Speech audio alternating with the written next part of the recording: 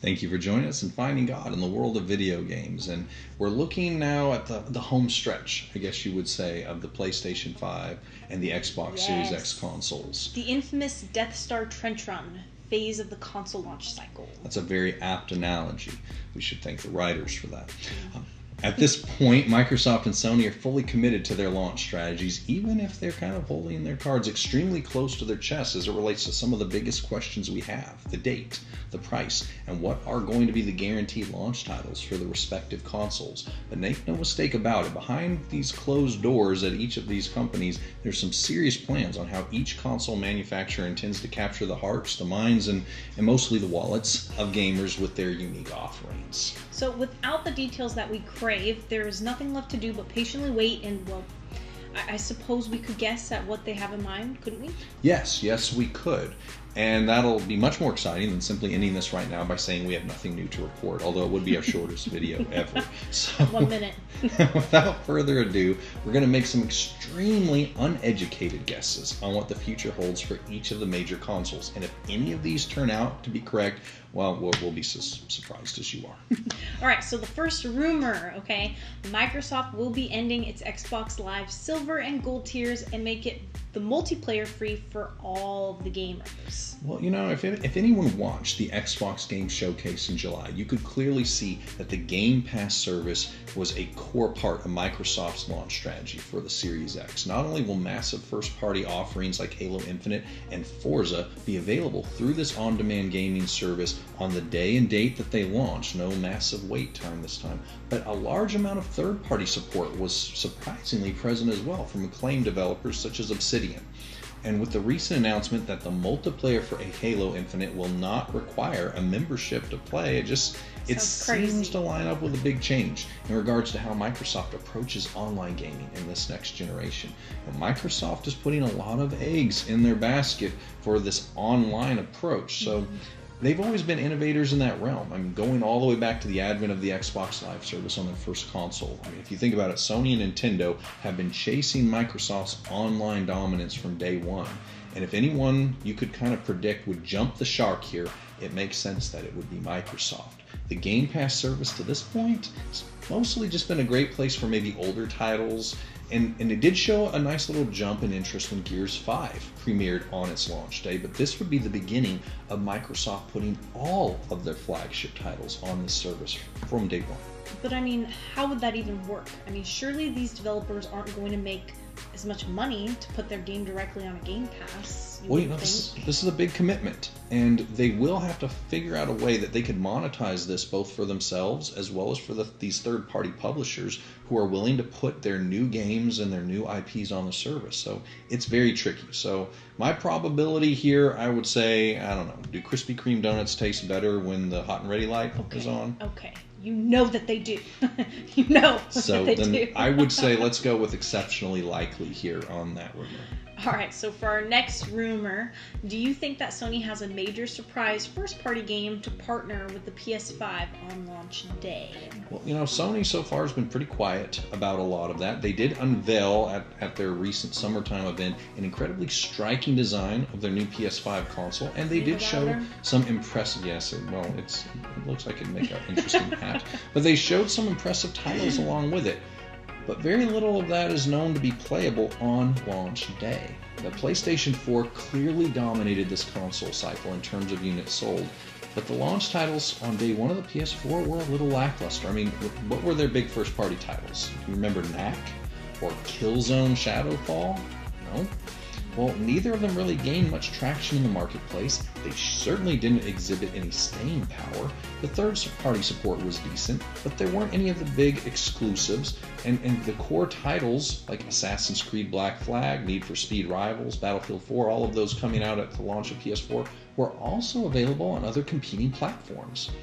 That did not seem to limit interest on the system itself. You know, the PlayStation 4 library really didn't take off until some of these big heavy hitters landed, like God of War, Horizon Zero Dawn, Uncharted 4, Spider-Man, and a host of other third-party support. And Sony's PlayStation 4 still finished a dominant number 1 in the console. Absolutely. So in spite of the fact that most of us the things that we really wanted to play on PlayStation didn't land until much, much later, we've learned that clearly Sony doesn't feel the pressing need to have huge exclusive first-party titles at their launch in order to be successful. They did just fine without it. So with that being said, there's always a chance that Sony has been secretly much farther along in development on some of their most desired titles than we think, but it's much more likely they believe that they will be just fine without them. I mean, no one's asking for Drive Club 2, right? We're probably all better off that way. Good. So what are you guessing here? Probability-wise, maybe 10%. I would say let's go with the same odds that Siphon Filter is going to come back and return bigger and better than ever. I would hold on to your poker chips on this one. It can be a lot of fun guessing at what the future holds and seeing how these predictions may play out. Especially since if we're wrong, we can probably just delete this video and no one's probably even will. Notice. But do you think Nintendo has some huge news in the future regarding some of their legacy Mario titles? Sure. I think that's very likely. They've been way, way too quiet now, and we have no idea what's coming out this holiday season other tthan the recent announcement for Pikmin 3. So Nintendo's got too much to gain from leveraging some of those old titles. They've all been hits every time they've re-released them. So I'd say that's very likely. All right, will Sega make another 3D Sonic game? For the sake of all current and future gamers on this earth, I certainly hope not. Please, Sega, if you're watching this, no, please stick to 2D. It's better for all of us. It's safer for the children. Okay, will Gran Turismo ever be as good as Forza again? Can a toy-based franchise like Skylanders, Disney Infinity, or Starlink make a comeback this generation? Will Bubsy get one last chance to live on this generation of consoles? So let me give you quick answers. No, it's pronounced Bubsy. And I fixed it. If God truly has mercy on us, definitely not. Okay, the future of gaming can feel like unwrapping Christmas presents that you have been waiting to open for weeks.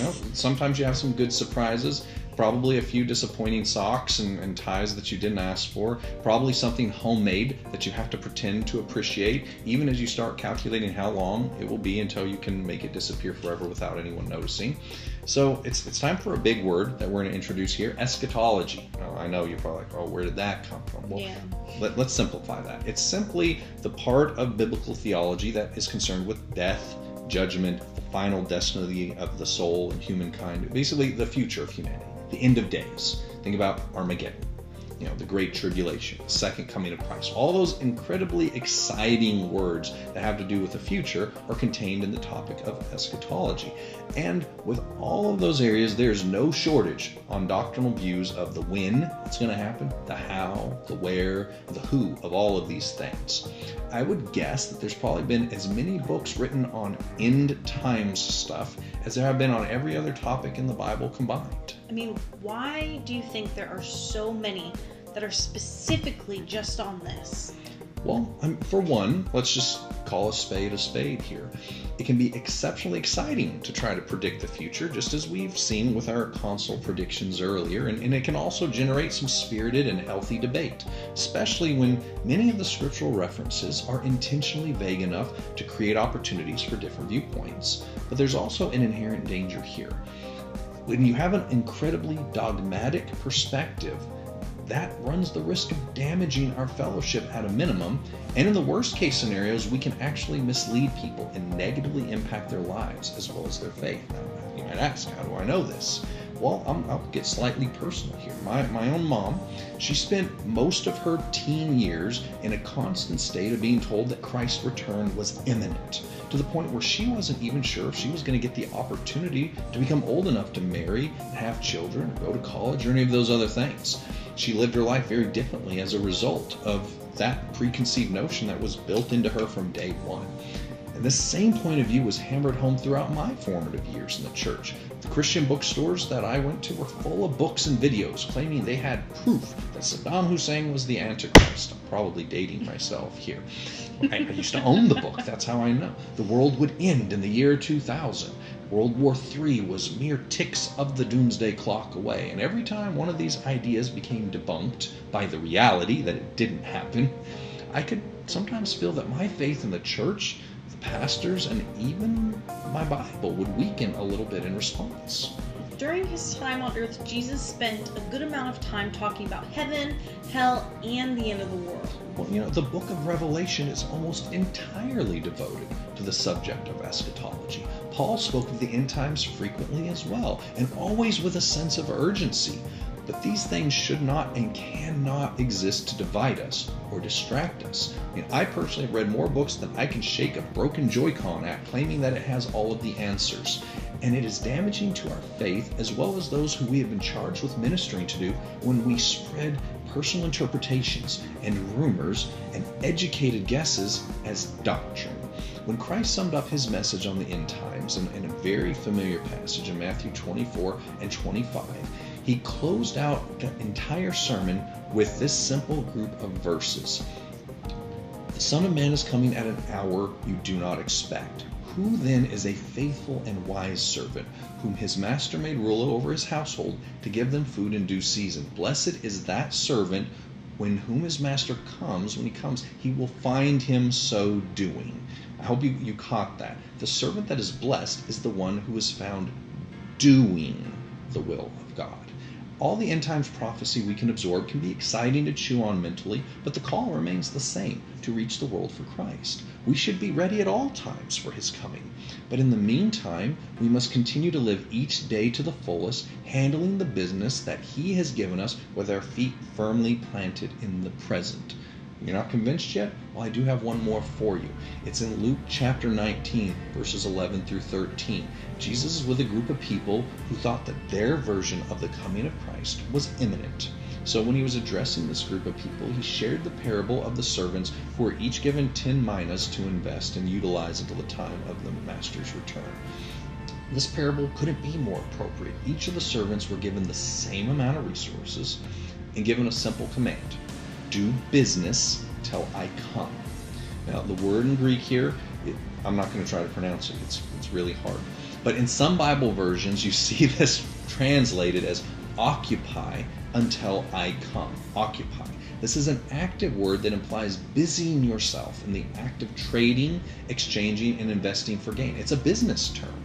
So let's unpack this for a moment. So let's take these servants that have been given these resources to invest. Okay. If these servants spent the entire time while their master was gone speculating about when he would come back, you think he's going to come back Tuesday? No, I think he's going to come back on a Friday. He really likes Fridays. If they were arguing about when he's coming back, no, he clearly told me in a dream it's going to be Friday. Or maybe trying to monetize their philosophy on his imminent return. Well, I have a book, Jesus is Coming Back Friday, and I'd like you to buy it for the low price of $29.99, where you can get the audio version on 6 CDs for $35.99. Shipping and handling may apply. No, none of that. If all of that was happening, this clearly would not have gone well. As a matter of fact, if you look at this, the servant who didn't do anything useful with the time and resources that he was given, even what he had received, was taken from him. We are told quite clearly to occupy ourselves with the work of Christ, focusing on fulfilling the Great Commission to reach lost souls. Now, it is fun to guess what the future holds, but so often we are so busy shaking the packages underneath the Christmas tree to figure out what might be inside of it that we forget to make sure that everyone has a package under the tree. And Christ will return. Of that, we have no doubt. Is it this year, this decade, this century? Christ himself doesn't even have the answer to that.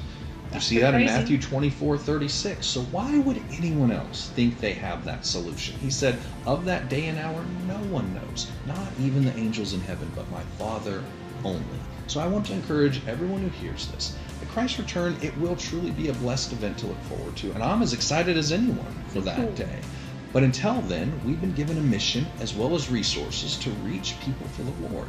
And as long as we're on this earth, we are still on this mission field. So rather than waste a lot of time and energy trying to figure out if we're in the middle of a plague, or in the middle of a judgment, or in the middle of a tribulation, or some other craziness altogether, shouldn't we be doing what Ephesians 5:16 says? Shouldn't we be redeeming the time? This is not a time to panic. It's not a time to hide. It's certainly not the time to lock the gates behind our personal views on the end times. It's time to work. It's a time to occupy, a time to build, a time to grow the kingdom. Now, He will come soon enough. Don't worry. Okay? But all of our rumors and predictions will not change his timing. The question is not when is he coming. It never was. The question is, what are we doing to ensure everyone we possibly can reach are ready when he gets here?